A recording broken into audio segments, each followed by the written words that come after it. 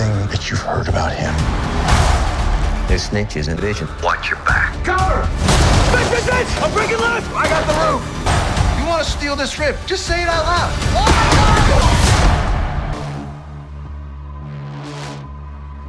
You a snitch, man.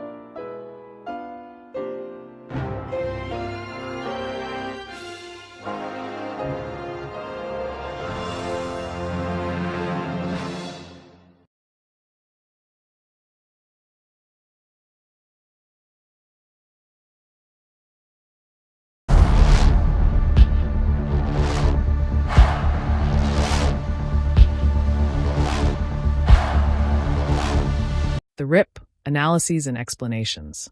The Rip represents a significant moment in contemporary cinema as it marks the long-awaited full-scale on-screen reunion of Matt Damon and Ben Affleck in a gritty, adult-oriented crime thriller.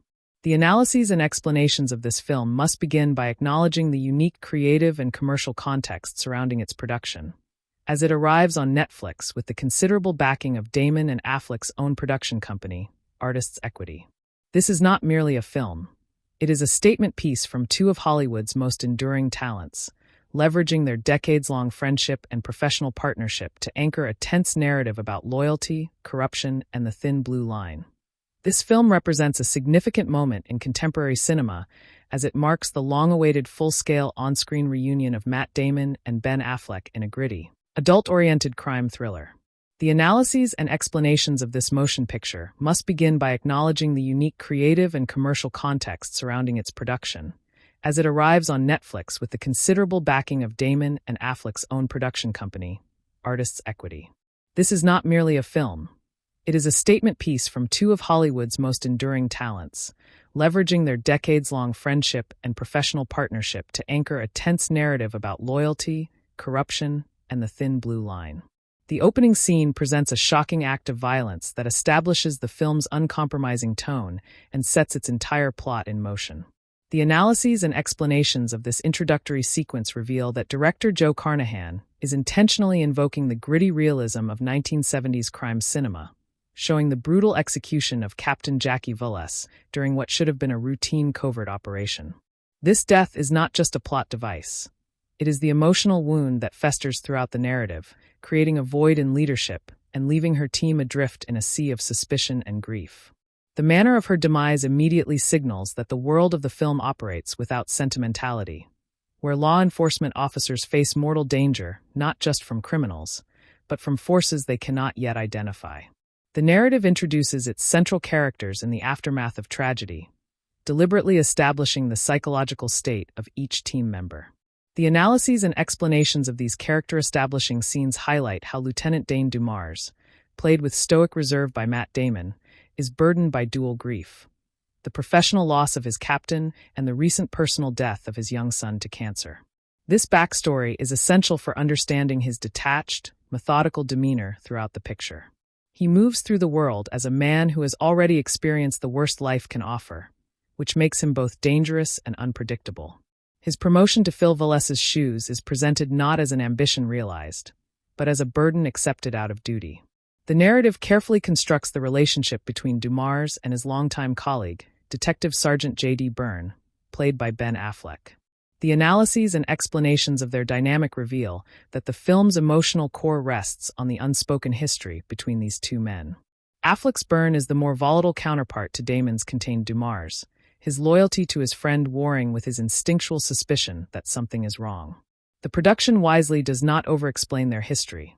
Instead, it relies on the genuine chemistry between the two actors, allowing glances, pauses, and half-finished sentences to convey decades of shared experience. This restraint makes the potential fracture of their bond all the more compelling. The inciting incident arrives with masterful pacing as the team receives an anonymous tip about a stash house in Hialeah. The analyses and explanations of this sequence show how Carnahan uses procedural detail to build suspense, emphasizing the mundane nature of such tips even as the audience senses something ominous approaching. The officers expect to find perhaps $150,000, a significant but not unusual seizure.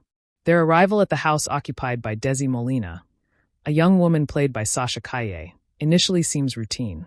The narrative deliberately lulls the viewer into the same procedural mindset as the characters, making the subsequent discovery all the more shocking. The first major turning point occurs when the team discovers the true scope of what they have stumbled upon. The analyses and explanations of the stash house discovery scene focus on the visual and auditory techniques Carnahan employs to convey the sheer magnitude of $20 million in drug cartel cash. The currency is not presented glamorously. It is stacked in bundles, stuffed into walls, and ultimately becomes a physical presence in the room, almost a character in itself. The production emphasizes the weight of the money, both literally and metaphorically, as the officers realize that this discovery cannot be absorbed by their normal understanding of police work. This is the central event of the title, the once-in-a-career score that tests the moral foundations of everyone present. Dumars's critical decision to withhold information from his superiors is presented as a calculated gamble, but the analyses and explanations of this moment reveal multiple layers of motivation. When he confiscates his team's phones and refuses to report the seizure, he appears to be making a play for the money. However, his subsequent action of telling each team member a different figure for the total amount demonstrates a more complex purpose. He is testing them, creating a trap that will reveal who among them cannot be trusted. This strategy, while effective, also plants the seeds of paranoia that will grow throughout the subsequent hours. Dumars is willing to sacrifice his team's trust in him to expose a more dangerous enemy. The confined space of the stash house generates sustained tension, a decision that draws immediate comparisons to classic suspense cinema. The analyses and explanations of the middle act's structure praise Carnahan's ability to find drama in procedure. The counting of money, the nervous glances between officers, the whispered conversations in corners. The dwelling becomes a pressure cooker, with the discovery of the currency acting as a radioactive element that exposes the fault lines within the group. Stephen Yeun's Detective Mike Rowe begins to display subtle signs of unease, while Teyana Taylor's Numa Baptiste and Catalina Sandino Moreno's Lolo Salazar represent the professional officers caught in a situation beyond their training. External pressure mounts through the arrival of local Hialeah officers and a series of ominous phone calls. The analyses and explanations of these escalating threats show how the narrative expands its scope beyond the immediate team to suggest a larger conspiracy. The warnings demanding the team leave within 30 minutes or face deadly consequences transform the stash house from a discovery site into a potential tomb. This ticking clock element raises the stakes while also feeding the growing paranoia among the officers. They cannot determine whether these threats are real or whether they are being manipulated by someone with inside knowledge of their situation. Kyle Chandler's performance as DEA agent Mateo Matti, Nix brings an essential ambiguity to the proceedings, arriving offering assistance but carrying an unmistakable air of menace. The analyses and explanations of Chandler's role highlight how he uses his natural charm and authority to create a character who seems helpful while subtly poisoning the well. His suggestion to Byrne that Dumars might have been involved in Valessa's death is delivered with the casual confidence of someone sharing genuine intelligence, when in fact he is carefully manipulating the situation. Chandler's casting is itself a clever choice, as audiences are conditioned to trust him from previous sympathetic roles, making his eventual betrayal more effective. The explosive midpoint arrives when the stash house comes under heavy gunfire, an attack that shatters the tense calm and reveals the true nature of the threat. The analyses and explanations of this action sequence note that Carnahan deliberately stages the violence with chaotic realism, making it difficult to track exactly what is happening. This directorial choice serves a narrative purpose. It places the audience in the same disoriented state as the officers, unable to distinguish friend from foe. In the aftermath of the assault, the production reveals its central twist. The attackers are not cartel soldiers, but a corrupt crew of cops led by Nix himself, with Rowe exposed as the mole who facilitated the ambush. The revelation of Rowe's betrayal retroactively recontextualizes everything that has come before. The analyses and explanations of this plot twist examine how Yoon's performance subtly planted clues without making the reveal obvious. His character's quiet ambition, his willingness to stay slightly apart from the group's emotional dynamics, and his eagerness to engage with Nix all become meaningful in retrospect.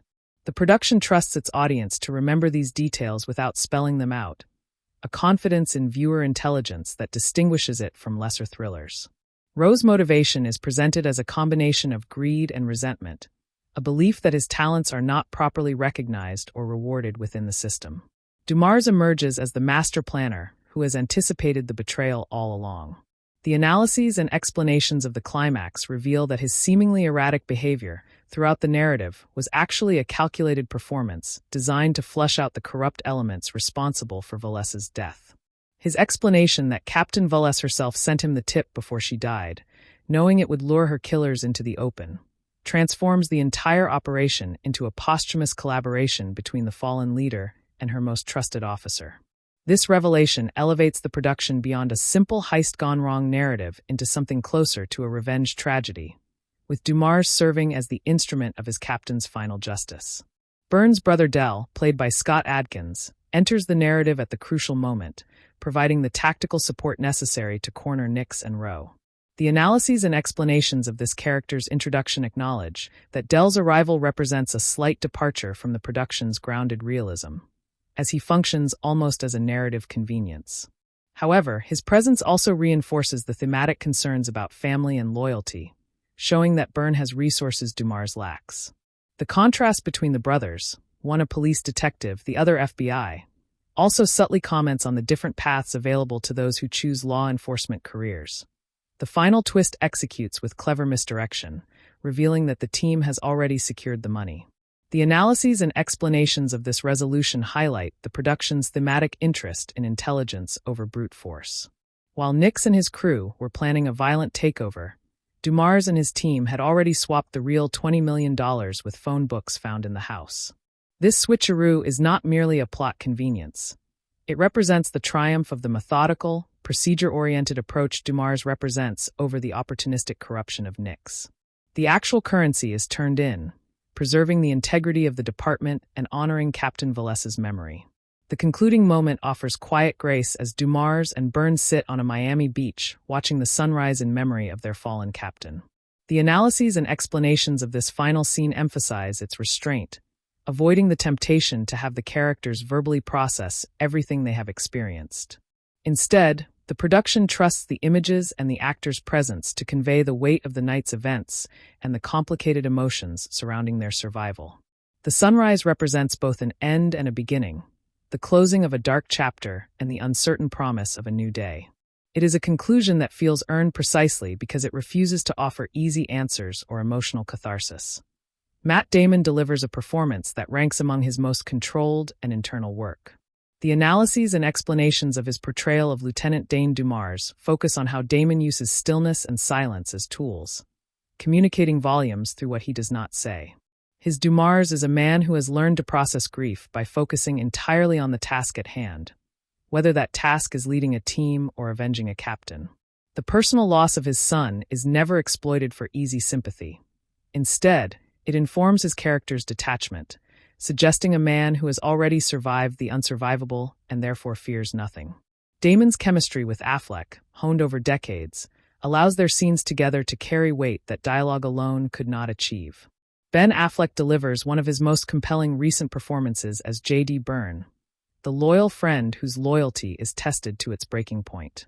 The analyses and explanations of Affleck's work highlight how he embodies the character's internal conflict, the war between his instinct to trust Dumars and the mounting evidence suggesting betrayal.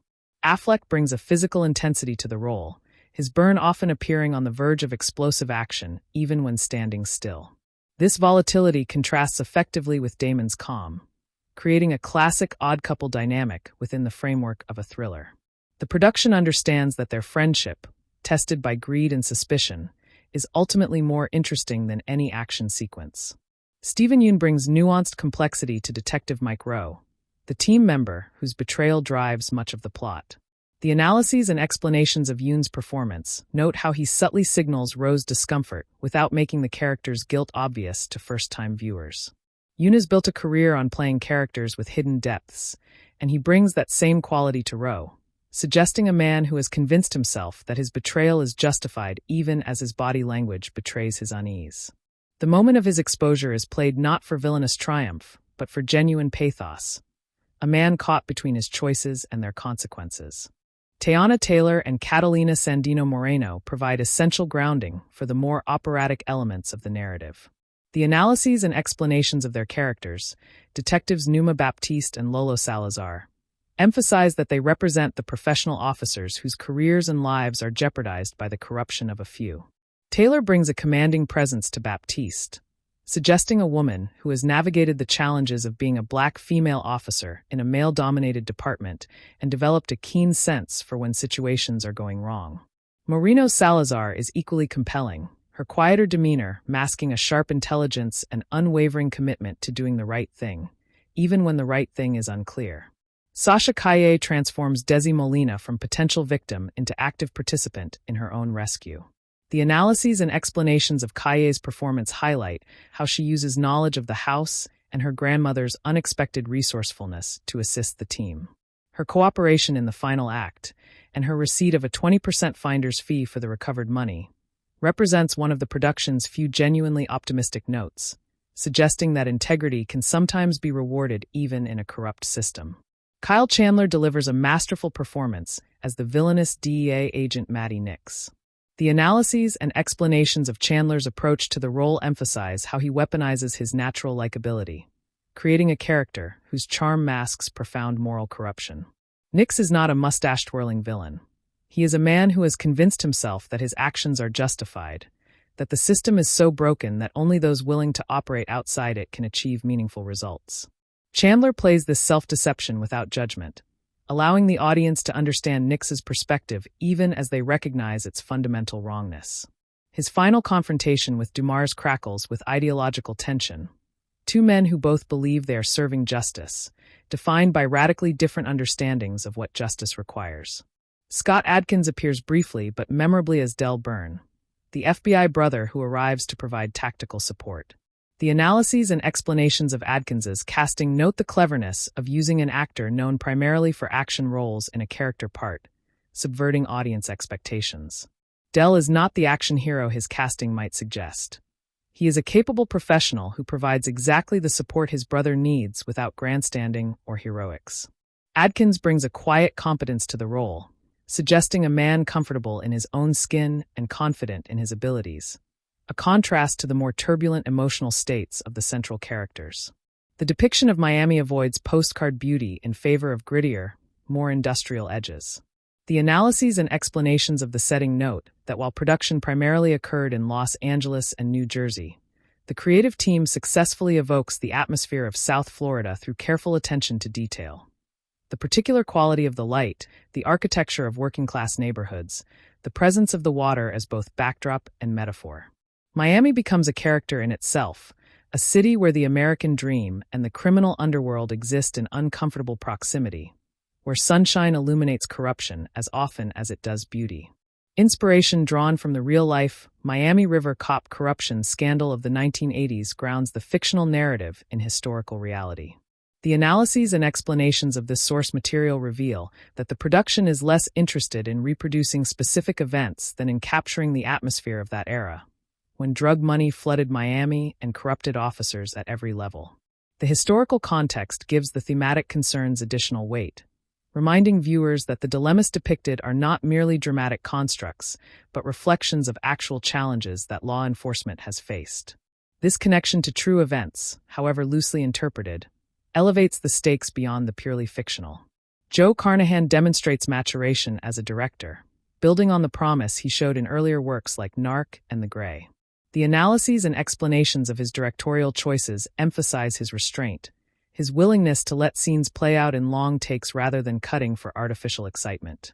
Carnahan understands that tension is built through observation, through watching characters think and react, rather than through constant motion. The Stash House sequences, in particular, showcase his ability to generate suspense from procedure itself, finding drama in the mundane activities of counting currency and waiting for threats to materialize. Favorable comparisons to the work of Sidney Lumet, particularly films like Prince of the City and Serpico that explored police corruption with moral seriousness, have accompanied the release.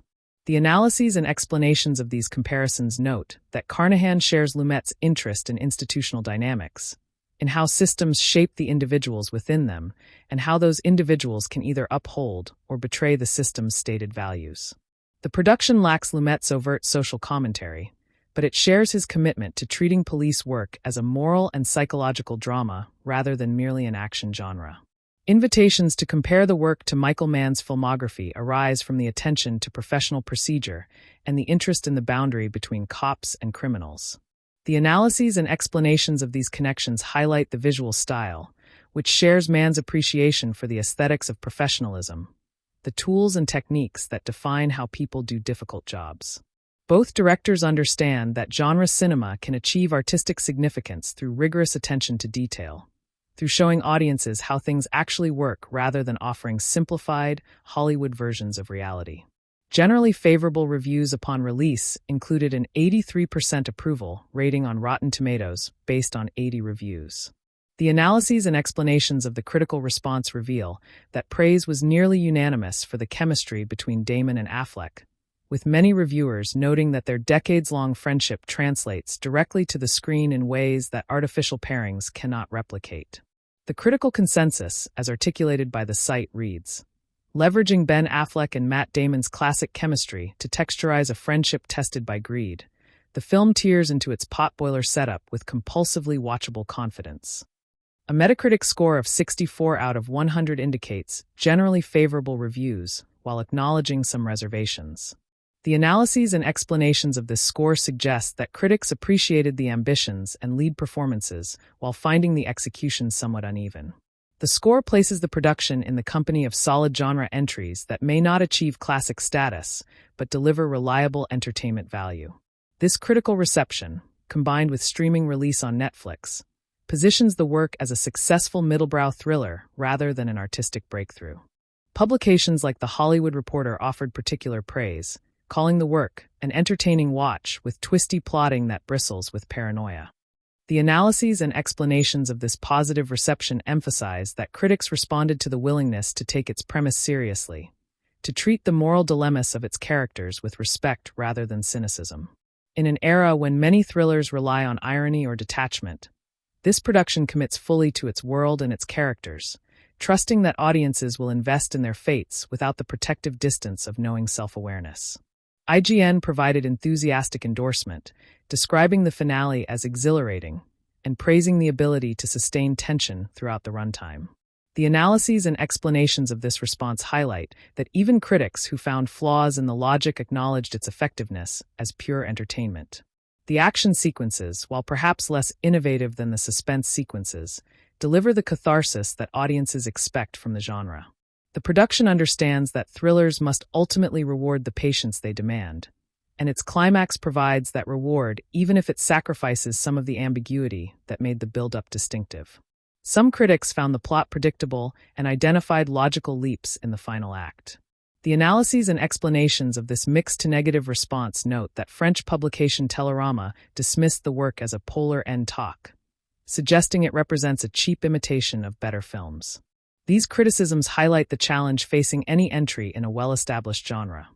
Audiences have seen similar stories before, and any deviation from internal logic becomes more noticeable when the basic contours of the narrative are familiar.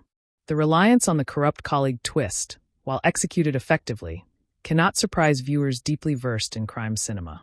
Disappointment from some reviewers stemmed from a sense that the production failed to live up to its potential given the talent involved. The analyses and explanations of this response suggest that expectations were exceptionally high for a Damon-Affleck reunion, particularly one directed by Carnahan and produced by Artists' Equity. When a film assembles this much talent, anything less than a masterpiece can feel like a missed opportunity. The Perfectly Fine Time Killer assessment from some critics reflects this gap between expectation and reality, acknowledging competence while mourning what might have been with bolder creative choices. A significant financial investment of $100 million makes this one of Netflix's more expensive original productions. The analyses and explanations of this budget in the context of the visual style reveal that the money appears on screen not in expensive special effects, but in production values, in the quality of the cinematography, in the depth of the cast, and in the time taken to execute complex sequences properly. The work looks and feels like a theatrical release, which was presumably the intention of its creators, who have expressed frustration with the diminishing opportunities for mid-budget adult-oriented dramas in the current theatrical marketplace. An innovative deal with Netflix included performance-based bonuses for the entire crew of 1,200 people. The analyses and explanations of this arrangement reveal that Damon and Affleck pushed for this structure as a matter of principle, believing that everyone who contributes to a film's success should share in that success. This approach reflects the ethos of their company, Artists' Equity, which seeks to create more equitable compensation models in an industry traditionally characterized by significant income disparities. The deal positions this project not merely as entertainment, but as a potential model for how streaming platforms might structure future productions. Principal photography began in October 2024 and concluded in December 2024, a relatively compressed schedule for a production of this scope. The analyses and explanations of this timeline suggest that Carnahan is an efficient director who arrives on set thoroughly prepared, minimizing the time wasted on indecision. The winter shoot, while set in Miami, actually took place primarily in Los Angeles and New Jersey, requiring the creative team to evoke Florida atmosphere without the benefit of Florida locations. This geographical displacement is invisible in the final product, a testament to the skill of the production designers and cinematographers who created Miami and other places. Announcement of the project in June 2024 generated immediate excitement among fans of the crime genre. The analyses and explanations of the development reveal that it was shopped around to multiple distributors before Netflix acquired the rights in a competitive situation. This competition reflects the continuing appetite among streaming platforms for star-driven genre material, particularly when it features talent with the proven track record of Damon and Affleck. Netflix's willingness to meet the filmmakers' terms, including the unusual bonus structure, demonstrates the value they place on maintaining relationships with top-tier creative talent. Functioning as a star vehicle, the production reminds audiences of the unique appeal of its leads. The analyses and explanations of this dynamic note that Damon and Affleck have each built substantial individual careers, but together they evoke the specific energy of their early collaborations, the sense of two friends who trust each other completely and push each other to do better work. This chemistry cannot be manufactured. It must be earned through shared history and genuine affection. The work benefits enormously from this unquantifiable quality, using it to ground a thriller that might otherwise feel generic in emotionally specific character dynamics. Themes of loyalty and betrayal receive exploration with greater sophistication than many entries in the genre. The analyses and explanations of these thematic concerns highlight the interest in how institutions shape individual behavior, how the pressure of working within a flawed system can push people toward corruption even when they begin with good intentions. The production does not offer easy judgments about its characters' choices. Instead, it presents the moral complexity of police work in an environment where the line between right and wrong is constantly shifting. This moral seriousness elevates the material beyond simple entertainment. Psychological examination of police work reveals how constant exposure to danger and corruption can erode the boundaries that protect individual integrity. The analyses and explanations of this psychological dimension note that each character responds differently to the pressures of the job. Dumas retreats into stoic professionalism. Byrne becomes increasingly volatile. Rose seeks validation through whatever means available. The production suggests that the institution of policing does not merely attract certain personality types, but actively shapes those who remain within it, for better and worse. This insight gives the character drama additional weight.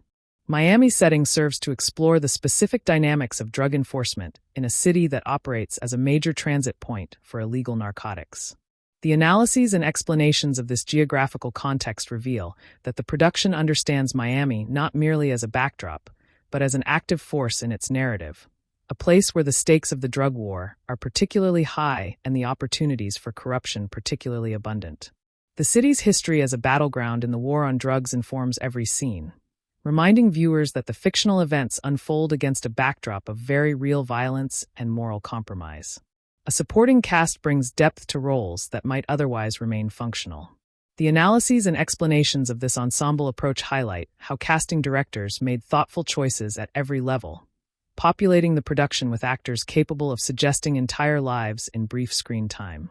Even minor characters, from the Hialeah officers who interrupt the stash house operation to the various law enforcement personnel who appear in early scenes, feel like real people rather than plot devices. This attention to casting reflects the overall commitment to grounding the thriller narrative in recognizable human behavior. Visual style prioritizes clarity and atmosphere over flashy technique. The analyses and explanations of the cinematography note that Carnahan and his director of photography favor compositions that keep the audience oriented in space while also conveying the emotional state of the characters. The stash house sequences use the confined space to create a sense of growing claustrophobia, the camera gradually moving closer to the characters as the pressure mounts. This visual strategy mirrors the psychological experience of the officers, who find their options narrowing as the night progresses. Sound design serves as a crucial element of suspense construction, particularly in the stash house sequences. The analyses and explanations of the audio work highlight how the production alternates between periods of near silence, during which the audience hears only the small sounds of currency being counted and nervous breathing, and sudden eruptions of violence that shatter the quiet. This contrast makes the action sequences more shocking when they arrive, while also heightening the tension during the quieter passages. The audience learns to dread the silence, knowing it may be broken at any moment by gunfire. The musical score complements visual and narrative strategies without drawing attention to itself. The analyses and explanations of the musical choices note that the composers avoid the obvious temptation to heighten every moment of tension, instead allowing many scenes to play without musical underlining. This restraint increases the impact when music does appear, using it to signal emotional shifts rather than merely accompany action. The score for the final sunrise scene, in particular, achieves a melancholy beauty that resonates without sentimentality.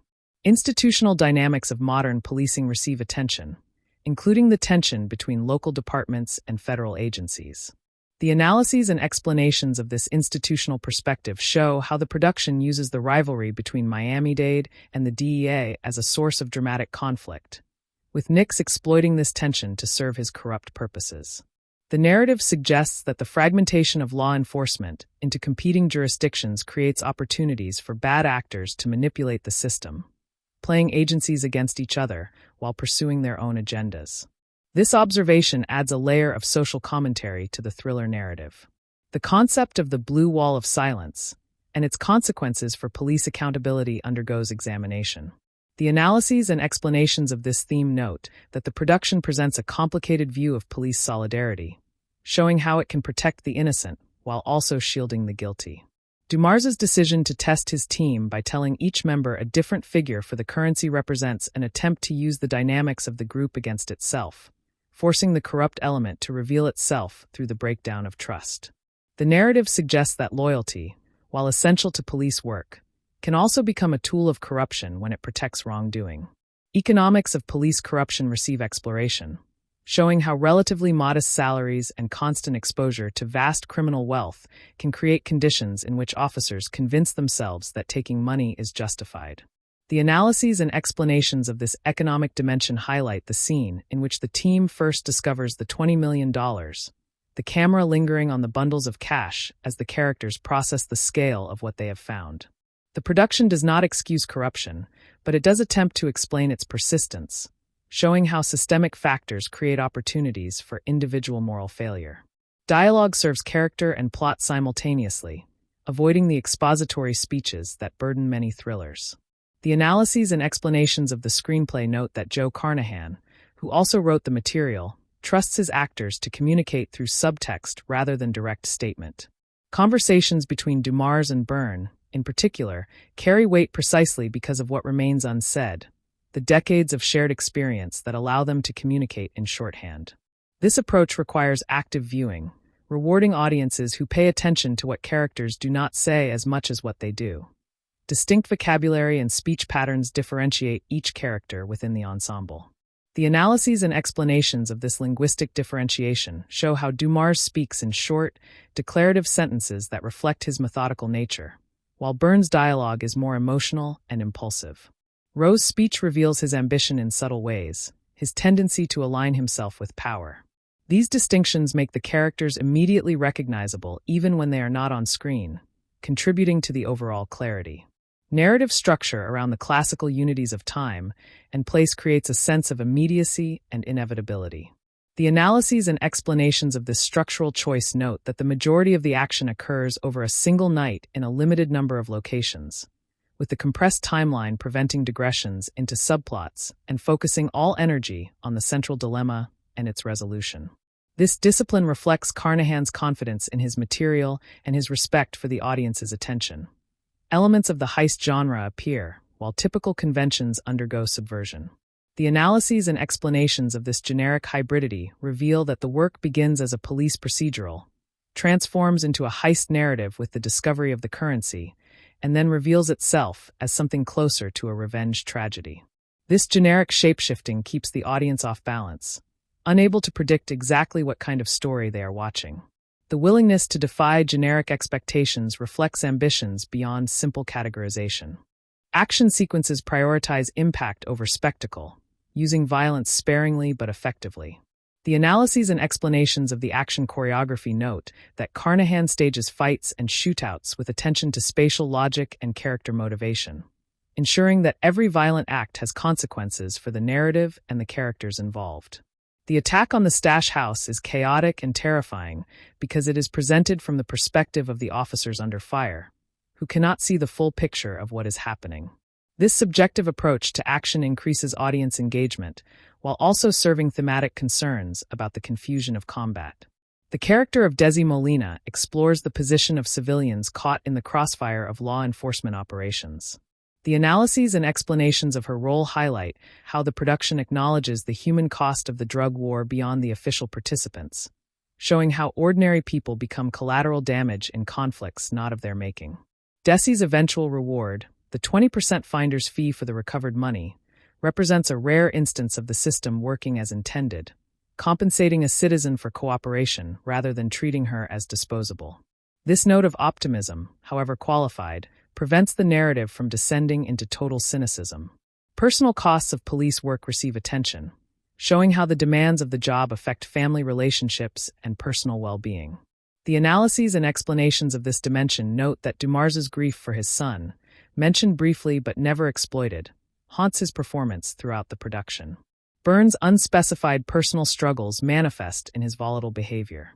The narrative suggests that police officers are not merely functionaries but human beings whose experiences on the job inevitably shape their lives off the job, often in damaging ways. This recognition adds depth to characters who might otherwise remain purely functional. The concept of justice in a flawed system undergoes examination, asking whether individual acts of integrity can compensate for institutional corruption. The analyses and explanations of this philosophical dimension reveal that the production offers no easy answers, presenting Dumars's successful operation as both a victory for justice and a reminder of how close the system came to catastrophic failure. The recovery of the currency and the exposure of Nix's crew represent genuine accomplishments, but they do not address the underlying conditions that made such corruption possible. The final sunrise scene, for all its beauty, carries undertones of exhaustion rather than triumph. Performances honor the tradition of police procedurals while bringing contemporary sensibilities to the genre. The analyses and explanations of the acting choices highlight how the cast avoids the temptation to play cop as a collection of mannerisms, instead building characters from the inside out, finding the human beings beneath the badges. This approach reflects the influence of streaming-era prestige television, which has raised audience expectations for psychological depth in genre material.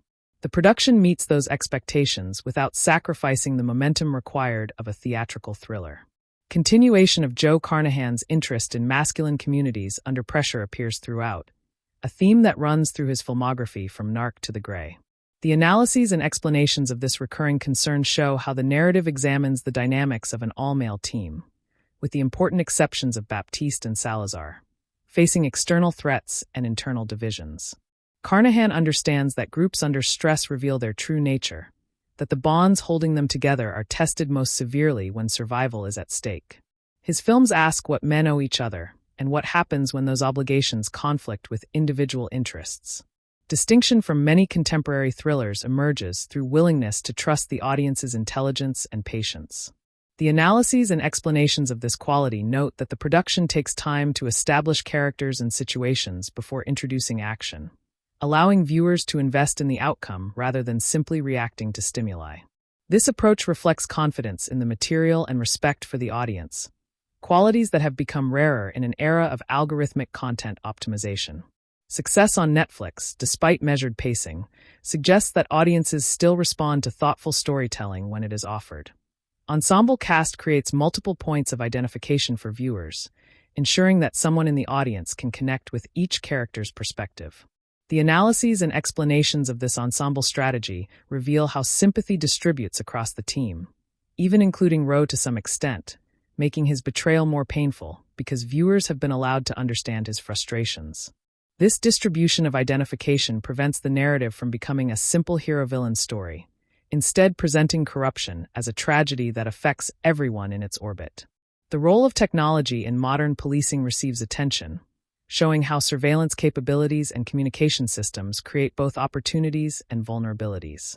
The analyses and explanations of this technological dimension highlight Dumars's confiscation of the team's phones as a pivotal moment, severing their connection to the outside world and forcing them to rely on their own judgment. The narrative suggests that technology, for all its benefits, can also become a tool of surveillance and control, enabling the very corruption it might theoretically prevent. This ambivalence about technology reflects broader cultural anxieties about privacy and autonomy in the digital age. Production design creates a specific sense of place without drawing attention to itself. The analyses and explanations of the visual world note that the Stash House, in particular, feels like a real place where real people live, its details suggesting a specific socioeconomic context without becoming a statement about that context. This verisimilitude extends to the police facilities, the Miami locations, and the various spaces the characters occupy throughout their long night. The production understands that authenticity in genre material comes from attention to the small details that define how people actually live and work. Costume design reinforces character differentiation and social position. The analyses and explanations of the clothing choices reveal that Dumars dresses in a way that suggests practicality and disregard for appearance, while Burns' wardrobe hints at a man who cares more about how he is perceived. The uniformed officers wear their department-issued clothing with varying degrees of comfort, reflecting their relationship to the institution they serve. These details, subtle though they are, contribute to the overall texture, creating a world that feels observed rather than invented. Incorporation of the Miami landscape comments on the action without becoming heavy-handed. The analyses and explanations of the location photography highlight the contrast between the beautiful natural environment and the ugly human behavior unfolding within it, a tension that runs throughout the narrative. The final beach scene, in particular, uses the natural setting to provide emotional resolution, the sunrise suggesting renewal even after a night of violence and betrayal. This integration of setting and theme represents filmmaking at its most sophisticated, using every element in service of the whole. The Rotten Tomatoes score of 83% reflects satisfaction among critics who valued commitment to genre conventions while bringing fresh energy to familiar material. The analyses and explanations of this positive reception emphasize that the work succeeds as entertainment first and foremost, delivering the suspense and action audiences expect, while also offering enough character depth to satisfy viewers seeking more. This balance between accessibility and ambition represents a difficult achievement, one that many films attempt and few accomplish. Audience score of 71% on Rotten Tomatoes indicates somewhat less enthusiasm from general viewers than from professional critics. The analyses and explanations of this gap suggest that mainstream audiences may have found the measured pacing and moral complexity less satisfying than viewers who approach cinema with analytical frameworks. The 71% score still represents positive reception, but it hints at the challenge facing mid-budget thrillers in an era when audiences increasingly expect either franchise spectacle or intense emotional experience. The Metacritic score of 64 out of 100 provides additional context for understanding the critical reception. The analyses and explanations of this numerical assessment place the work within the range of solid, respectable genre entries that may not break new ground but deliver reliable entertainment value. This score, combined with the Rotten Tomatoes metrics, creates a picture of a film that achieves its ambitions without exceeding them, satisfying expectations without transforming them. For viewers seeking a well-crafted thriller with strong performances and genuine tension, this reception indicates a rewarding experience. The narrative structure employs a sophisticated nonlinear approach in its opening moments, briefly flashing forward to images of the stash house under siege before settling into the methodical establishment of the police department's daily operations. The creative decision to disrupt chronological order serves multiple purposes, immediately signaling to audiences that this story will reward careful attention while creating subliminal connections between Captain Vales's death and the subsequent discovery of the cartel money. Production designers collaborated closely with technical advisors who served in Miami-Dade during the actual corruption scandals, ensuring that every piece of equipment, every uniform detail, and every procedural step reflected authentic departmental practice. The briefing room scenes capture the particular texture of law enforcement bureaucracy, the fluorescent lighting casting unflattering shadows on faces already worn down by the emotional toll of their captain's murder. Sound mixers recorded ambient audio at actual Miami police facilities to capture the specific echo patterns and background noises that define these institutional spaces. The decision to shoot these introductory sequences with slightly desaturated color creates a visual distinction between the professional world and the heightened reality of the stash house, where colors gradually intensify as the stakes escalate. Character introductions occur through action rather than exposition, with Dumar's first scene reviewing case files alone in his office at 3 a.m., the stacks of paper suggesting a man who processes grief through work. Byrne enters through a confrontation with a suspect in interrogation, his volatile approach to policing immediately established through his physical intensity and verbal aggression. Rowe appears in the background of multiple scenes before receiving focus, his observer status visually communicating his eventual role as the team member who watches without fully participating. The department's Internal Affairs Division receives brief but significant screen time, their presence looming over every interaction and reminding officers that they operate within a system of perpetual surveillance. Captain Vales appears only in photographs and video footage, her absence becoming a character in itself that haunts every subsequent decision.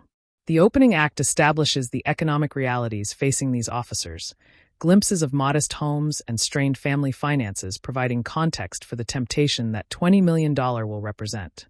The screenplay structure divides the narrative into three distinct movements, each with its own visual language and rhythmic pace that reflects the characters' psychological states during that phase of their ordeal. First movement scenes unfold in the department's familiar spaces, camera movements smooth and predictable, editing patterns conventional, everything reinforcing the established order that will soon shatter. The transition to the stash house triggers an immediate shift in cinematic language, handheld cameras introducing slight instability, focus pulling becoming more aggressive, compositions growing tighter as the walls literally seem to close in around the characters. Production records indicate that Carnahan storyboarded the stash house sequences with unprecedented detail, mapping every character's position throughout the 47 minutes of screen time spent in that single location. The $20 million discovery scene required multiple camera setups to capture the simultaneous reactions of 6 different performers. Editor later weaving these responses together into a tapestry of greed, fear, and moral calculation. Lighting design within the stash house evolves across the runtime, starting with harsh overhead fixtures that flatten faces and gradually transitioning to more dramatic sources as characters retreat into corners and shadows. The 30-minute warning delivered via telephone creates a real-time element within the compressed timeline. Audience members able to track the remaining minutes alongside the characters through subtle clock references embedded in the mise-en-scene. Property masters secured actual currency from production companies that specialize in fake money, the weight and texture of the bundles affecting how actors handled them and contributing to the scene's authenticity.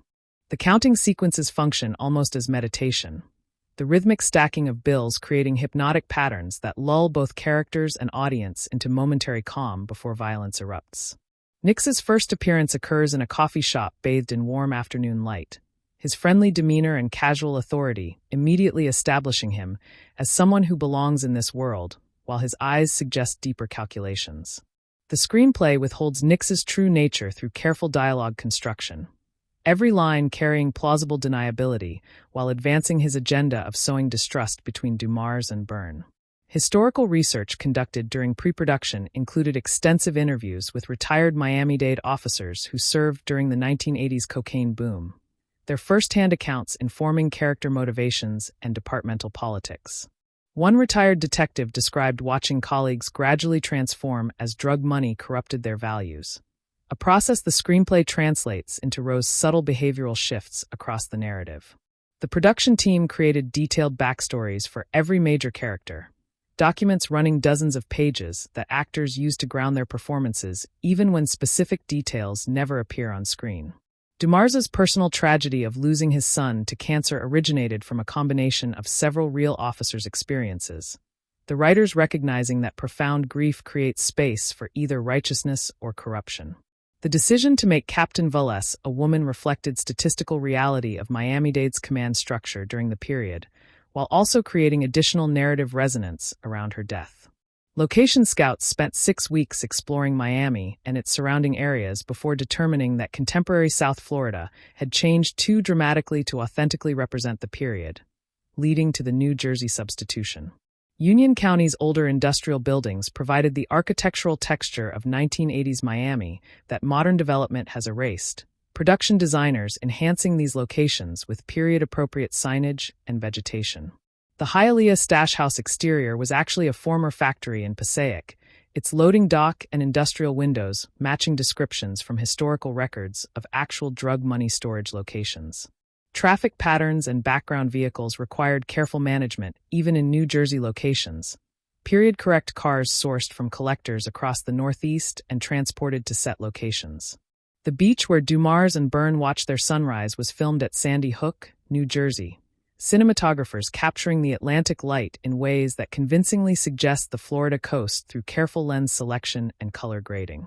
Local New Jersey residents were hired as background actors, their unfamiliarity with Miami affecting their performances in ways that actually enhanced the scenes by suggesting outsiders in a closed world.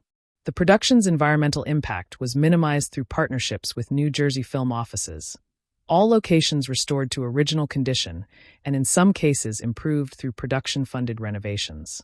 Sound design philosophy emphasized naturalism over heightened effect, supervising sound editor, collecting thousands of location-specific audio samples to build the film's acoustic world. Miami street recordings from the period proved impossible to source authentically, so sound team recreated period-appropriate ambient audio using vintage equipment and period-accurate vehicle models. The Stash House's acoustic properties required careful calibration, the reverberation patterns changing as more characters crowded into the space and furniture was moved during the search. Gunshot sounds were recorded using the actual weapons that characters carry, each firearm producing distinct audio signatures that eagle-eared audience members could theoretically track during action sequences. Dialogue clarity remained paramount even during chaotic moments. Production sound mixers using innovative microphone placement techniques to capture performances without sacrificing the ability to move freely. The score's composition began during filming rather than waiting for post-production, composer attending set and responding to performances in real time before writing themes that evolved with the footage. Temp tracks during editing initially used music from 1970s thrillers, establishing a reference point that the eventual score both honored and departed from through contemporary orchestration choices. The final mix required 17 days in a Los Angeles sound studio, engineers balancing the competing demands of dialogue intelligibility, ambient authenticity, and musical support without allowing any element to dominate. Test screenings revealed that audiences responded most intensely to scenes of procedural tension rather than action, leading to slight adjustments in the final mix that emphasized small sounds during quiet moments. The absence of music during key dramatic beats represents a conscious choice, silence becoming as expressive as any composed element in conveying character isolation and moral weight. Character development across the ensemble creates a web of relationships that extends beyond the central Dumars-Byrne dynamic, each officer carrying specific connections to others that inform their choices. Rowe's resentment toward Dumars stems from a disciplinary incident 3 years prior when Dumars refused to endorse his transfer application to a federal task force. Baptiste and Salazar share a history of partnership that allows them to communicate without words, their silent exchanges during the Stash House ordeal revealing trust earned through years of shared danger. The screenplay establishes these connections through small moments rather than exposition. A glance between Baptiste and Salazar when Dumars confiscates phones carrying meaning only because viewers have witnessed their previous interactions. Byrne's protective attitude toward younger officers manifests in his positioning during the Stash House search, physically placing himself between potential threats and less experienced team members. Dumars's relationship with Captain Vulles receives development through flashbacks that occur as photographs and memories, each glimpse revealing another facet of the mentor-protégé dynamic that shapes his current decisions. Nix's corruption originated in a single compromised case years earlier, the screenplay suggesting through performance rather than dialogue that his current villainy represents a long moral decline rather than sudden temptation. Thematic architecture supports multiple interpretative frameworks, the narrative operating effectively as pure entertainment while rewarding viewers who engage with its deeper concerns about institutional integrity. Police corruption receives examination not as individual moral failure alone, but as systemic vulnerability, the film suggesting that certain conditions inevitably produce bad actors regardless of screening processes. The $20 million functions symbolically as every officer's secret temptation made manifest, the specific amount calibrated to be enough to change lives permanently while remaining plausible within cartel economics. Masculine codes of silence and loyalty undergo critique through the Dumars-Byrne relationship, their inability to communicate honestly about suspicions nearly destroying them before external threats force clarity. Female characters within the ensemble provide alternative models of professional conduct, Baptiste and Salazar maintaining ethical clarity, even when male colleagues spiral into paranoia and violence. The Sunrise conclusion offers qualified hope that integrity can survive within corrupt systems, though the exhausted faces of the surviving officers suggest survival rather than triumph. Miami itself becomes a character representing the American dream's dark twin, sunshine illuminating criminal enterprise as often as legitimate business, the ocean promising escape that never quite arrives. The historical connection to actual corruption scandals prevents the narrative from becoming merely cynical, reminding audiences that these events have real precedents and consequences beyond entertainment. Generational dynamics within the department receive attention, older officers remembering periods before drug money corrupted everything while younger members have known only this compromised reality. The relationship between local and federal law enforcement reflects actual jurisdictional tensions that complicate major investigations and create opportunities for manipulation. Economic pressures on police families provide context without excuse, the film acknowledging that modest salaries tempt corruption while refusing to accept that temptation justifies betrayal. The moral complexity extends to Nix, whose genuine belief in his own righteousness makes him more dangerous than any purely self-interested villain. Desi Molina's reward represents the system functioning as designed, a rare moment of institutional justice that qualifies the surrounding cynicism without negating it. The phone books that substitute for currency carry symbolic weight as objects representing ordinary life, their presence in the grandmother's hoard suggesting that everyday existence continues even as extraordinary events unfold around it. Production logistics required solving challenges that would overwhelm smaller productions. The $100 million budget enabling solutions that maintain illusion without visible compromise. Camera equipment included custom-built stabilizers that allowed operators to follow characters through tight spaces without the artificial smoothness of Steadicam or the excessive shake of handheld work.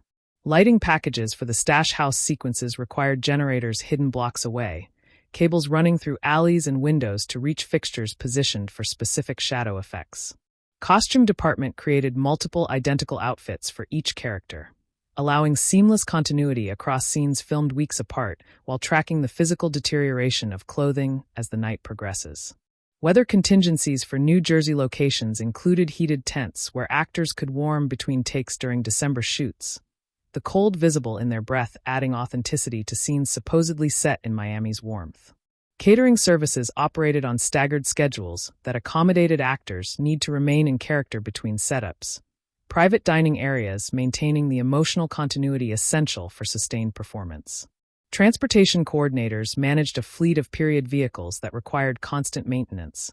Vintage cars proving less reliable than modern equivalents, but essential for visual authenticity. Accommodations for the 1,200 crew members during the New Jersey shoot required booking entire hotels in multiple towns. Production offices coordinating logistics across a distributed footprint that complicated communication. Safety protocols for action sequences exceeded industry standards given Carnahan's reputation for pushing practical effects to their limits. Stunt coordinators designing controlled environments that delivered intensity without actual danger. Children services provided for cast and crew with families recognized the extended hours required by production schedules. Childcare facilities operating on-site during filming. Medical personnel remained on standby throughout every action sequence. Ambulances positioned just outside camera range in case practical effects caused actual injuries. Communication systems across the distributed set allowed department heads to coordinate complex sequences involving dozens of crew members working in separate but interconnected locations. Waste management during location shoots required careful planning to leave no trace of production activity. Environmental compliance officers monitoring every aspect of on-site operations. Cinematic influences acknowledged by Carnahan in interviews include specific debts to William Friedkin's The French Connection for its documentary-style chase sequences, and to John Frankenheimer's Ronin for its approach to ensemble dynamics. The director screened these reference films for key crew members during pre-production, using them to establish visual and tonal targets that the entire team understood. French New Wave influences appear in certain editing choices, jump cuts, and rhythmic discontinuities that remind attentive viewers of Goddard's approach to genre material while serving narrative purposes rather than mere style. Italian poliziesque films of the 1970s informed the production's attitude toward violence, favoring sudden brutality over choreographed spectacle in ways that increase impact through realism. The Sidney-Lumet connection extends beyond thematic concerns to specific visual strategies, particularly the use of zoom lenses to create intimacy without physically moving the camera closer to actors. Michael Mann's influence appears in the attention to professional procedure and the aesthetic treatment of tools and techniques that define characters' working lives. Carnahan's own earlier work on Narc provided the template for police interrogation scenes, the confrontational style and psychological pressure echoing across decades in his filmography. Contemporary thrillers like Sicario influenced the stash house sequences, though Carnahan specifically avoided replicating Denis Villeneuve's visual approach while acknowledging shared interest in procedural tension. Neo-noir elements appear in the lighting schemes and moral ambiguity. The film owing debts to Chinatown and other classics that located corruption within systems rather than individuals. Documentary influences emerge in the approach to location shooting and the willingness to let scenes play without coverage that would allow editorial safety nets. The influence of 1970s television cop shows appears in certain character dynamics, the ensemble functioning almost as a family unit before external pressures expose its fractures. European crime cinema's willingness to let scenes breathe without constant plot advancement informed editing decisions that trust audience patience. Contemporary streaming-era prestige television's character depth expectations raised the bar for backstory integration, each performer arriving on set with psychological preparation that would have seemed excessive in earlier film production contexts. Critical analysis of the ensemble performances reveals careful calibration of energy levels that prevents any single actor from dominating scenes designed as ensemble pieces. Damon's performance exists largely in reaction shots, his Dumars observing others more than expressing himself, creating a vacuum that other characters fill with their own suspicions and fears. Affleck's physicality contrasts with Damon's stillness, his burn unable to contain the anxiety that manifests in constant small movements and shifts of weight that communicate inner turmoil. Yoon's Roh occupies the middle ground between these extremes, his controlled exterior barely containing ambitions that eventually reveal themselves in the betrayal scene. Taylor brings a grounding presence that stabilizes scenes threatening to tip into melodrama, her Baptiste representing the professional standards that corruption threatens. Moreno's Salazar functions as emotional barometer, her reactions to events guiding audience responses while her character maintains the silence of someone who has learned when speaking serves no purpose. Chandler's villainy benefits from his accumulated goodwill from previous roles, audiences reluctant to accept his corruption even as evidence mounts against him. Calle's Desi Molina transforms across the narrative from victim to ally, her arc completing the ensemble's moral journey from fragmentation to unity.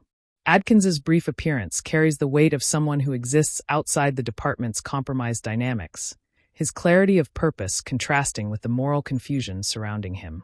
Supporting performances from actors playing internal affairs officers, Hialeah police, and background personnel create a world dense enough to feel real without distracting from central action. The casting of Lena Esco as Captain Vulles, though she appears only in photographs and brief flashback footage, required finding an actress whose presence could resonate without screen time. Catalina Sandino Moreno's casting connected the production to her acclaimed work in Maria Full of Grace, suggesting thematic continuity in stories about ordinary people caught in drug trade dynamics.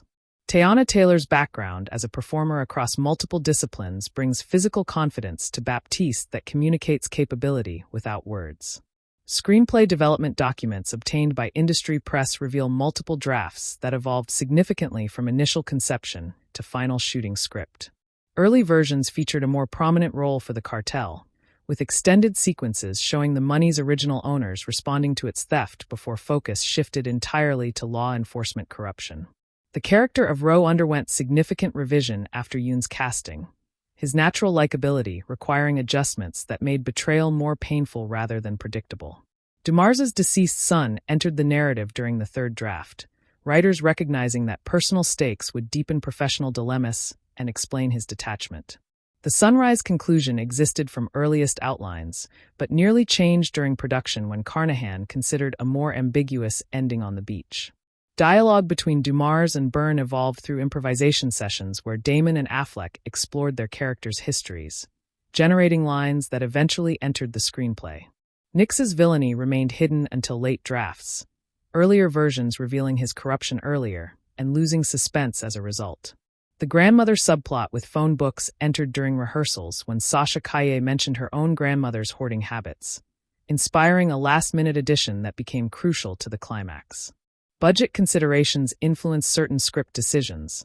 The decision to shoot primarily in New Jersey rather than Miami requiring adjustments that ultimately strengthened the narrative by focusing on character over location. The running time of 113 minutes represented a compromise between Carnahan's preferred 135-minute cut and Netflix's desire for tighter pacing, test screenings informing the final balance. Deleted scenes included extended interactions with internal affairs that established additional context, but slowed momentum toward the stash house. The final shooting script earned praise from cast members for its efficiency, each scene serving multiple purposes without sacrificing character depth for plot velocity. Audience response metrics collected by Netflix during the opening weekend showed interesting demographic variations that suggest the film's appeal spans traditional genre boundaries. Viewers over 50 responded most strongly to the Damon-Affleck reunion, their memories of Good Will Hunting and Dogma informing emotional investment in characters played by actors they have watched age across decades. Younger viewers discovered the film through Steven Yeun's presence, his following from independent films and genre projects bringing audiences who might otherwise avoid police procedurals. Female viewers responded positively to the Baptiste and Salazar characters, their presence preventing the film from becoming exclusively masculine in its concerns and perspectives.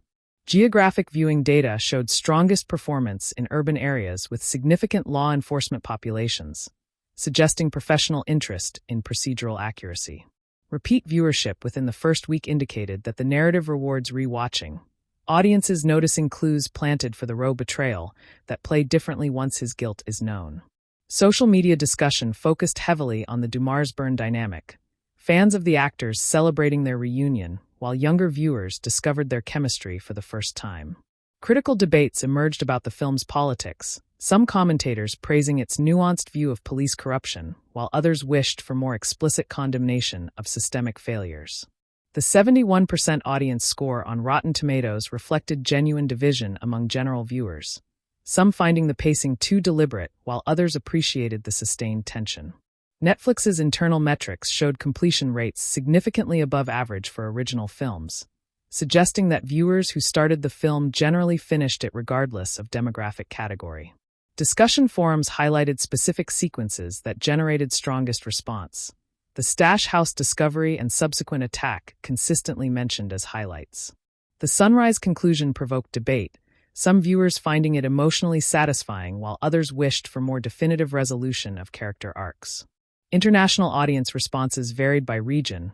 European viewers generally more receptive to measured pacing, while Latin American audiences responded to Miami setting and cultural references. Technical achievements recognized by industry professionals include the Sound Designs nomination for Cinema Audio Society consideration and the cinematography's placement on several critics' year-end lists. The editing structure received particular attention for its ability to maintain tension across extended sequences without resorting to cheap suspense tricks or false scares. Production design earned praise for period accuracy despite shooting in locations geographically distant from the setting. The New Jersey substitution invisible to all but the most knowledgeable viewers. Costume design contributed to character differentiation through subtle choices that reinforced social positions and psychological states without drawing attention to themselves. The visual effects work, though minimal, integrated seamlessly with practical elements, explosions and gunfire achieved through combination of practical effects and digital enhancement. Color grading throughout the film creates emotional arcs through subtle shifts in palette, the desaturated department giving way to intense stash house hues before the beach sunrise restores natural balance. The aspect ratio choice of 1.85 to 1 rather than widescreen reflects Carnahan's preference for compositions that fill the frame vertically, creating intimacy that wider ratios sometimes sacrifice. Film grain structure varies across the runtime, increasing during action sequences to suggest documentary authenticity and smoothing during character moments for emotional accessibility. The final sound mix played differently across various exhibition platforms, Netflix optimizing for home theater systems while maintaining theatrical standards for festival screenings. Digital intermediate work required 17 days of color correction, cinematographer supervising every adjustment to ensure emotional intentions matched technical execution. Cultural impact assessment from the opening month suggests the film has entered conversations about contemporary crime cinema with unusual speed for a streaming release. Memes featuring Damon and Affleck's tense exchanges proliferated across social platforms, indicating that dialogue has entered popular consciousness. Discussion of police corruption in online forums referenced the film's scenarios as touchstones for debating real-world issues, suggesting entertainment reaching beyond its immediate context. The performance-based bonus structure attracted attention from industry publications covering labor practices, potentially influencing future streaming deals. Miami tourism officials noted increased search interest in locations featured in the film despite most shooting occurring elsewhere, testament to effective world building. Law enforcement publications reviewed the film favorably for procedural accuracy, recommending it to officers for its depiction of corruption dynamics. Film schools added sequences to their curricula as examples of tension construction within confined spaces, the stash house scenes becoming case studies in suspense mechanics. The Damon-Affleck reunion generated renewed interest in their previous collaborations, streaming numbers for older titles increasing alongside new viewership. Critical reassessments of Carnahan's earlier work followed the release, placing the Rip in context with his developing filmography. International film festival programmers expressed interest in featuring the work despite its streaming availability, recognizing theatrical qualities that transcend distribution platform. The film's 83% critical score placed it among Netflix's most acclaimed original productions, joining select company that includes Roma and The Irishman in demonstrating streaming's capacity for quality cinema. Audience discussions of the ending's ambiguity suggested the film achieved its goal of provoking thought rather than providing easy answers. The narrative architecture employs a sophisticated system of visual motifs that reward attentive viewing, with specific colors and objects recurring throughout to create subconscious connections between seemingly unrelated moments. Captain Vales's photograph appears in 12 distinct scenes, its position shifting slightly each time as characters move it or knock it askew, visually representing how her memory becomes distorted by the events following her death. The $20 million discovery scene required 37 individual camera setups to capture every character's reaction from multiple angles, editors weaving these responses together into a tapestry that reveals different emotional truths with each viewing. Production designers filled the stash house with specific period details drawn from extensive research into 1980s Miami working-class neighborhoods, every object on screen carrying potential meaning for viewers attentive to subtext. The grandmother's phone books, which ultimately save the team, appear briefly in an earlier scene when Desi mentions her hoarding habit, planting narrative seeds that flower during the climax. Dumars's wedding ring catches light at specific moments throughout the film, its presence reminding viewers of the family waiting at home even as he risks everything in the line of duty. Burns' nervous habit of rolling a coin across his knuckles during tense moments provides a visual barometer of his emotional state, the coin appearing in every scene where his anxiety peaks. Rowe's positioning within group shots gradually shifts across the runtime, starting integrated with the team and slowly isolating himself until the betrayal moment when he stands physically apart from colleagues. Baptiste's protective stance toward Salazar manifests in how she positions herself between her partner and potential threats, body language that communicates without dialogue. The Miami heat becomes almost a character through visible perspiration on actors' faces and the particular quality of light that suggests oppressive humidity, even in New Jersey locations. Nix's sunglasses appear and disappear strategically throughout his scenes, their removal often coinciding with moments of vulnerability or manipulation that his character would prefer to hide. Desi's clothing transforms across her screen time, starting in vulnerable sleepwear and gradually donning more practical attire as she transitions from victim to active participant in her own rescue. The sunrise in the final scene required precise timing to capture exactly 7 minutes of usable light, cinematographers planning the shot for months based on astronomical calculations for that specific New Jersey beach location. Psychological depth in character portrayals extends far beyond screenplay indications, each actor developing elaborate internal biographies that inform every glance and gesture throughout performance. Damon constructed an extensive backstory for Dumars that included specific memories of his son's illness, hospital room details, and the exact words of their final conversation, all of which inform his character's detachment without ever being spoken on screen. Affleck worked with a movement coach to develop Burns' physical vocabulary, creating a character whose body cannot contain the anxiety that his professional role requires him to suppress. Yoon researched the psychology of betrayal, studying case studies of officers who turned corrupt to understand the rationalizations that allow people to violate their deepest professional commitments. Taylor interviewed active duty female officers about their experiences navigating male-dominated departments, incorporating their coping mechanisms and survival strategies into Baptiste's professional demeanor. Moreno drew on her own experiences as an immigrant navigating American institutions to inform Salazar's watchful patience, the character understanding that survival often requires silence even when justice demands speech. Chandler approached Nix as a tragic figure rather than a villain, constructing a psychology where corruption represents the logical endpoint of beliefs that began as genuine commitment to justice. Kaye met with former informants to understand the particular terror of living between worlds, trusted by no one and vulnerable to everyone, experiences that inform Desi's resourcefulness and fear. Adkins brought his action cinema experience to Dell's brief appearance, understanding that physical competence communicates character more effectively than expository dialogue ever could. The ensemble developed group dynamics through weeks of rehearsal before filming began, creating shared history that manifests in the unspoken understanding between characters who have worked together for years. Cast members remained in character between takes during stash house sequences, maintaining the psychological pressure that the confined space required for authentic performance. Damon and Affleck's actual friendship informed their characters' relationship in ways that cannot be replicated by actors meeting for the first time. Decades of shared history visible in moments when Dumars and Byrne communicate without words.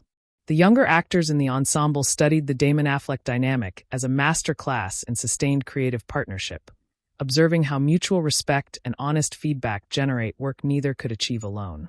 Directorial methodology employed by Carnahan throughout production reflected lessons learned across his 2 decades in the industry, creating an environment where actors felt safe taking risks while maintaining the efficiency required by compressed schedules. Rehearsals began 6 weeks before principal photography, allowing cast to explore character dynamics without the pressure of active production schedules or the presence of full crew. Camera blocking occurred separately from actor rehearsals, Carnahan walking through scenes with cinematographers before bringing performers onto set to ensure technical requirements never compromised performance freedom. The director maintained separate creative conversations with each actor, understanding that different performers required different types of feedback and support to deliver their best work. Storyboards existed for every shot in the Stash House sequences, but Carnahan encouraged deviation when actors discovered moments that exceeded what planning could anticipate. Coverage shooting provided editorial flexibility, while maintaining the discipline necessary to complete 113 minutes of complex material within the scheduled 47 days. Carnahan's background as a screenwriter informed his approach to dialogue scenes. His willingness to let cameras run after lines ended capturing moments of character revelation that scripts cannot anticipate. The director's reputation for demanding physical authenticity meant actors performed many of their own stunts, their investment in character carrying through to moments of genuine physical effort. Collaboration with department heads occurred through daily meetings where Carnahan articulated evolving vision while remaining open to input from specialists whose expertise exceeded his own. The director's relationship with Damon and Affleck extended beyond professional courtesy into genuine creative partnership, the 3 men challenging each other to elevate material beyond initial conceptions. Carnahan's notes on performances emphasized psychological truth over dramatic effect, pushing actors to find the humanity in even their darkest moments rather than playing for audience sympathy. The director's visual references for the film included paintings by Edward Hopper, whose depictions of isolated figures in American spaces informed compositions throughout the Stash House sequences. Carnahan's willingness to shoot extended takes without cutting allowed actors to build momentum across scenes, their performances accumulating power through duration rather than relying on editorial assembly. Historical authenticity required extensive consultation with retired law enforcement personnel who served during the Miami River corruption era, their memories shaping everything from dialogue to tactical procedures. One consultant, a former Miami-Dade detective who testified in actual corruption trials, spent 3 weeks on set advising actors on the specific body language of officers under investigation. Departmental politics of the period included tensions between Cuban-American officers and other demographics that the screenplay addresses through subtle references requiring historical knowledge to fully appreciate. The actual Miami River scandal involved millions of dollars in stolen drug money, though the film compresses multiple cases into single narrative for dramatic efficiency while maintaining essential truths. Technical procedures for money counting and evidence handling required meticulous recreation of period protocols that differed significantly from contemporary practice. The weapons used by characters reflect actual Miami-Dade issue of the period, armorers sourcing vintage firearms and training actors in their specific handling characteristics. Communication equipment of the era lacked modern capabilities, creating tactical limitations that influence character decisions throughout the Stash House sequences. The uniforms and badges worn by actors are exact replicas of period-accurate department regalia, costume designers working from photographs provided by the Miami-Dade Police Historical Society. Vehicle fleet includes actual retired police cruisers from Miami-Dade that collectors preserved. They're specific where patterns and modifications authentic to the period. The music playing on car radios during transitional scenes comes from Miami radio stations of the era, music supervisors creating period-accurate playlists that ground the action in specific cultural moment. Newspaper headlines visible in background shots reproduce actual Miami Herald front pages from the corruption era. Production designers creating historically accurate props that reward attentive viewing. The architectural details of police facilities reflect research into how Miami-Dade stations actually appeared, production designers replicating specific floor plans and interior finishes from period photographs. Sound construction operates on multiple levels simultaneously, creating an audio experience that functions differently for attentive viewers versus those experiencing the film more casually. Dialogue tracks prioritize intelligibility above all else, ensuring that every line carrying plot information or character revelation reaches audiences clearly regardless of playback environment. Ambient sounds of Miami, recreated through extensive research and period recordings, create subliminal authenticity that viewers feel without consciously identifying. The stash house sequences required particularly complex audio design, the confined space creating acoustic signatures that change as characters move and furniture gets rearranged during the search. Foley artists created thousands of individual sound effects, from the specific rustle of money being counted to the distinctive click of period firearms being prepared for action. The score exists primarily in the subsonic range during suspense sequences. Its presence felt physically through theater subwoofers rather than heard as discrete musical lines. Gunshot sounds were recorded at a remote firing range using the actual weapons from production, audio engineers capturing multiple angles and distances to provide editorial flexibility. The silence that precedes violence carries its own weight in the mix. Audiences conditioned to expect sound learning to dread its absence as much as its presence. Car engines and traffic patterns reflect period-accurate vehicle sounds, the specific roars of 1980s American sedans differing significantly from contemporary automotive audio. Footsteps on different surfaces receive distinct treatment. The sound of shoes on tile versus concrete versus carpet, providing subconscious spatial information about character location. Weather elements including distant thunder and rain against windows create atmospheric pressure that builds across the runtime toward release in action sequences. The final beach scene required recording actual New Jersey surf at dawn, the specific acoustic signature of that location adding authenticity that studio recreations could never match. Theme development extends across the entire narrative architecture, each sequence contributing to a cumulative meditation on loyalty, corruption, and the possibility of integrity within compromised institutions. The opening execution of Captain Vulles establishes that goodness does not protect anyone from violence, a truth that haunts every subsequent character decision. Dumars's grief for his son suggests that personal loss can either corrupt through despair or purify through clarified priorities, his character choosing the latter path. Burns' suspicion of his oldest friend reveals how easily institutional paranoia destroys human connection, the department's toxic atmosphere poisoning even the deepest loyalties.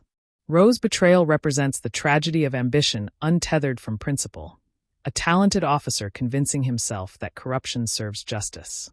Baptiste and Salazar demonstrate that integrity requires active choice rather than passive goodness, their moral clarity emerging through conscious decisions to resist temptation. Nix embodies the corruption of idealism, his belief in fighting drug traffickers justifying any means until means become ends in themselves. Desi Molina's journey from victim to ally suggests that ordinary people retain agency, even within systems designed to crush them. The grandmother's phone books, humble objects of everyday life, defeat professional criminals through their very ordinariness. Miami itself represents the American promise corrupted, sunshine illuminating a city built on drug money and the violence required to protect it. The sunrise conclusion offers hope without promising happiness, Dumars and Burns surviving to face whatever consequences follow their long night. The $20 million, recovered and reported, represents institutional integrity maintained despite overwhelming temptation to abandon it. Nix's defeat suggests that corruption eventually overreaches, though his capture provides cold comfort given the damage he caused before exposure. The department's Internal Affairs Division, never fully seen, represents the surveillance state that protects institutions by watching those who serve them. Production logistics during the New Jersey shoot required solving challenges that would have defeated less experienced crews, the compressed winter schedule demanding unprecedented coordination across multiple departments. Weather proved the most unpredictable variable, the production experiencing everything from unseasonable warmth to snowstorms that required last-minute script adjustments to accommodate changed conditions. The December holiday period complicated scheduling, cast and crew balancing professional obligations with family commitments while maintaining the focus required for intense dramatic work. Local communities affected by filming received regular updates through production offices. Goodwill maintained through transparent communication about how location use would affect daily life. Traffic management for street scenes required coordination with multiple New Jersey municipalities, each with different regulations and enforcement priorities that the production team navigated successfully. Security for high-profile cast members attracted media attention that threatened to disrupt filming. Publicists managing press access through controlled opportunities that satisfied demand without compromising production schedules. The equipment fleet, including dozens of trucks filled with lighting, grip, and camera gear, moved between locations according to schedules planned months in advance by transportation coordinators. Catering services operated 3 daily meals plus continuous craft services, feeding hundreds of crew members whose physical energy requirements demanded careful nutritional planning. Accommodation for out-of-town cast and crew occupied multiple hotels across northern New Jersey. Transportation arranged to move everyone between lodging and set locations efficiently. Childcare and family services acknowledged the reality that production schedules ignore personal calendars, supporting crew members whose children needed care during extended work hours. Medical personnel remained on site throughout every shooting day, their presence essential for a production featuring practical action sequences and extended outdoor work in winter conditions. Waste management and environmental protection required coordination with New Jersey authorities. The production committed to leaving every location cleaner than found. Communication systems across the distributed set allowed department heads to coordinate complex sequences involving hundreds of crew members working in separate but interconnected locations, radios and digital tools keeping everyone informed of changing conditions. Cinematographic choices throughout the film create meaning through visual language that audiences absorb subconsciously while following narrative surface. The decision to shoot on digital rather than film allowed greater flexibility in low-light conditions essential for stash house authenticity, sensor technology capturing detail that film stock would have lost in shadow. Lens selection varied dramatically across the runtime, wide angles creating unease in confined spaces, while longer lenses isolated characters within crowds to emphasize their loneliness. Camera height relative to characters shifts according to power dynamics. Nick's often shot from slightly below to emphasize authority, while Roe appears from above as his status diminishes. Color temperature evolves from the cool fluorescence of police facilities through the warm amber of stash house practicals to the natural dawn light of the final beach, each shift marking emotional stages of the journey. Movement vocabulary distinguishes character perspectives. Dumar's accompanied by smooth tracking shots, while Byrne's volatility triggers handheld instability that places audiences in his unsettled mindset. Composition density varies with psychological pressure. Early scenes featuring open space around characters, while later sequences crowd frames until individuals struggle for visual breathing room. Focus pulls direct attention strategically, racking between characters to reveal relationships and power shifts that dialogue never articulates. The anamorphic format choice creates characteristic lens flares during sunrise and certain interior scenes, these optical artifacts becoming expressive elements rather than technical errors to eliminate. Lighting ratios expand as tension increases, characters moving from flat illumination into dramatic shadows that externalize internal moral darkness. The frame rate remains conventional throughout, Carnahan resisting slow-motion cliches that would undercut authenticity by romanticizing violence. Exposure choices favor shadow detail over highlight protection, creating images where threats emerge from darkness rather than being revealed in flat light. The final beach sequence required balancing the camera to the specific color temperature of dawn, cinematographers capturing light that changed visibly across the 7-minute shooting window. Character relationships beyond the central Dumars-Byrne dynamic receive careful development through small moments that accumulate meaning across repeated viewings. Baptiste and Salazar's partnership extends back years before film events, their ability to communicate without words reflecting trust earned through shared danger that audiences witness only in glimpses. Roe's resentment toward Dumars originated in specific professional disagreements that the screenplay implies through reaction shots rather than explaining through exposition. Nix's history with Captain Vulles, mentioned briefly, suggests a relationship whose complexity extends beyond the corruption revealed in climax. Desi's connection to her grandmother, never shown on screen, provides emotional grounding that explains her resourcefulness when crisis demands action. The Hialeah officers who briefly interrupt the stash house operation carry their own histories, their professional curiosity piqued by something they cannot quite identify. Internal affairs investigators, glimpsed only in distant shots, represent the institutional machinery that grinds regardless of individual guilt or innocence. Byrne's relationship with his FBI brother Dell exists entirely outside the department, their conversation revealing family dynamics that shape both men without ever being fully explained. The deceased Captain Valles, present only through memory and photograph, maintains relationships with each character that inform how they respond to her loss. DeMars's deceased son, mentioned only once, haunts his father's performance through every scene, the weight of that loss visible in eyes that have seen too much. The cartel representatives who presumably own the money never appear, their absence creating a void that corrupt characters rush to fill with their own ambitions. Miami's civilian population, glimpsed in street scenes and background moments, represents the community that police theoretically serve but rarely contact in meaningful ways. The grandmother whose phone books save the team exists entirely through Desi's descriptions, her character built through dialogue rather than presence, an absence that paradoxically makes her more real. Screenplay structure reveals itself through repeated viewing as an intricately constructed mechanism where every scene serves multiple purposes simultaneously.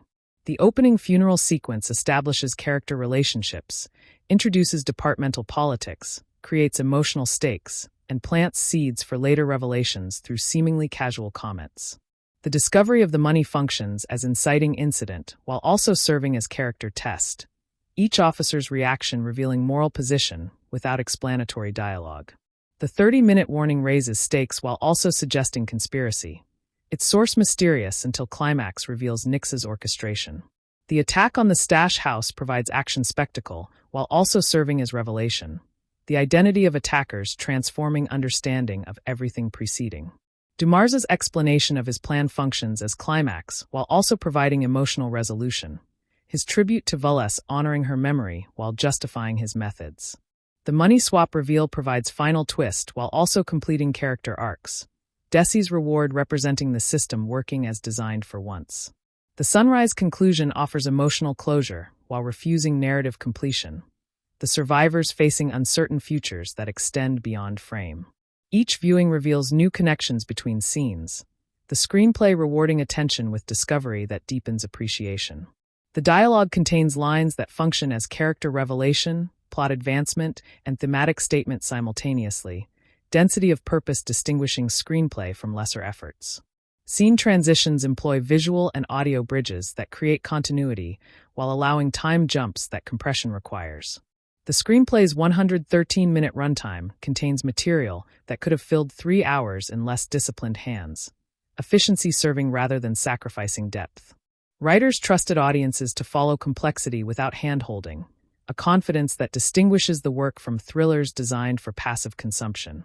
Audience engagement metrics from the opening month reveal patterns that suggest the film rewards multiple viewings and generates discussion across demographic boundaries.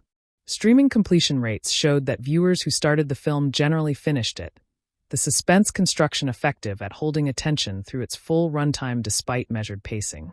Rewatch rates within the first week exceeded Netflix averages for original films, viewers returning to catch details missed during initial engagement with plot. Social media discussion focused heavily on character motivation rather than plot mechanics, suggesting the film succeeded in creating people audiences care about understanding. Debate about Roe's betrayal generated significant conversation.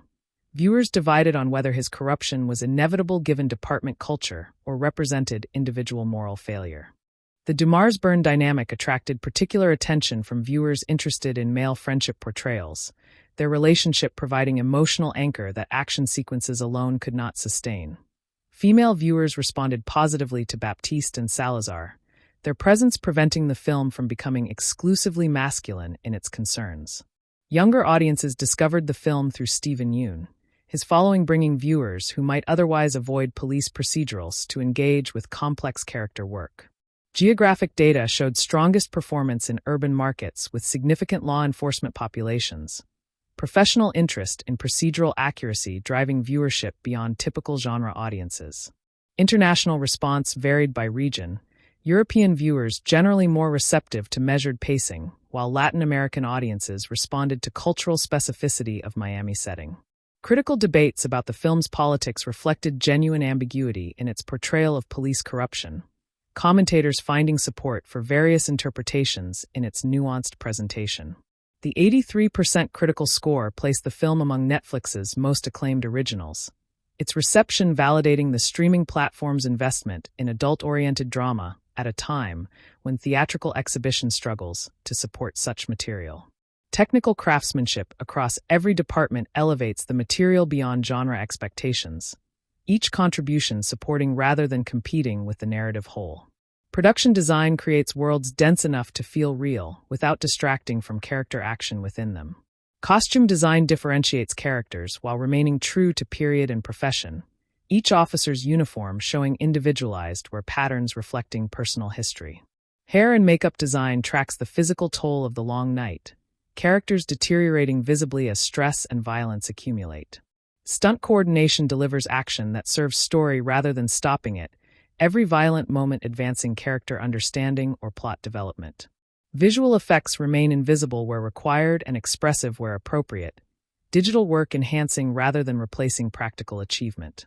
Color grading creates emotional arcs through subtle shifts across the runtime, audiences feeling changes they cannot necessarily articulate. Sound design builds world while supporting story, every audio element serving multiple purposes simultaneously. The musical score enhances emotion without demanding attention, its presence felt rather than heard throughout most sequences. Editing creates rhythm that supports performance while maintaining momentum, scenes breathing at speeds appropriate to their emotional content. The final mix balances all these elements into unified experience where no single department draws attention from narrative whole. Title design and main on-end sequence provide appropriate punctuation, the film concluding with credits that honor the hundreds of craftspeople whose contributions made it possible. Marketing materials accurately represented the film's tone and quality, trailers attracting appropriate audiences without promising experiences the finished work could not deliver. Cultural positioning of the film within contemporary cinema reflects broader industry trends towards streaming distribution and the continuing appeal of star-driven genre material for adult audiences. The Damon-Affleck reunion arrives at a moment when both actors have established independent careers strong enough that collaboration represents creative choice rather than career necessity. Netflix's investment in the project reflects platform strategy of securing talent relationships that can produce multiple projects over time rather than treating each film as isolated transaction. The $100 million budget positions the film at the upper range of streaming originals, Netflix competing with theatrical distributors for talent and production values. Performance-based bonus structure for all 1,200 crew members represents potential model for more equitable compensation in an industry traditionally characterized by extreme income disparity. Artists' Equity continues developing projects under this model, the RIP providing template for future productions under the company's banner. Critical reception suggests streaming platforms can support sophisticated genre material without theatrical windows, though debate continues about whether this model serves all films equally. The 83% Rotten Tomatoes score places the film among Netflix's most acclaimed originals, company tracking such metrics to guide future investment decisions. Audience score of 71% suggests general viewers found the film satisfying if not transformative, the gap between critical and popular reception typical for ambitious genre work. International performance will determine whether similar projects receive green lights, global viewing data increasingly driving streaming production decisions. The film's success may influence other major stars to pursue streaming projects, particularly for adult-oriented material that struggles in theatrical marketplace. Legacy of the production extends beyond immediate viewing numbers to potential awards consideration and industry recognition for its craftspeople. The film's place in crime genre canon will be determined over time, its qualities emerging more clearly as initial release recedes into memory and lasting impact becomes measurable.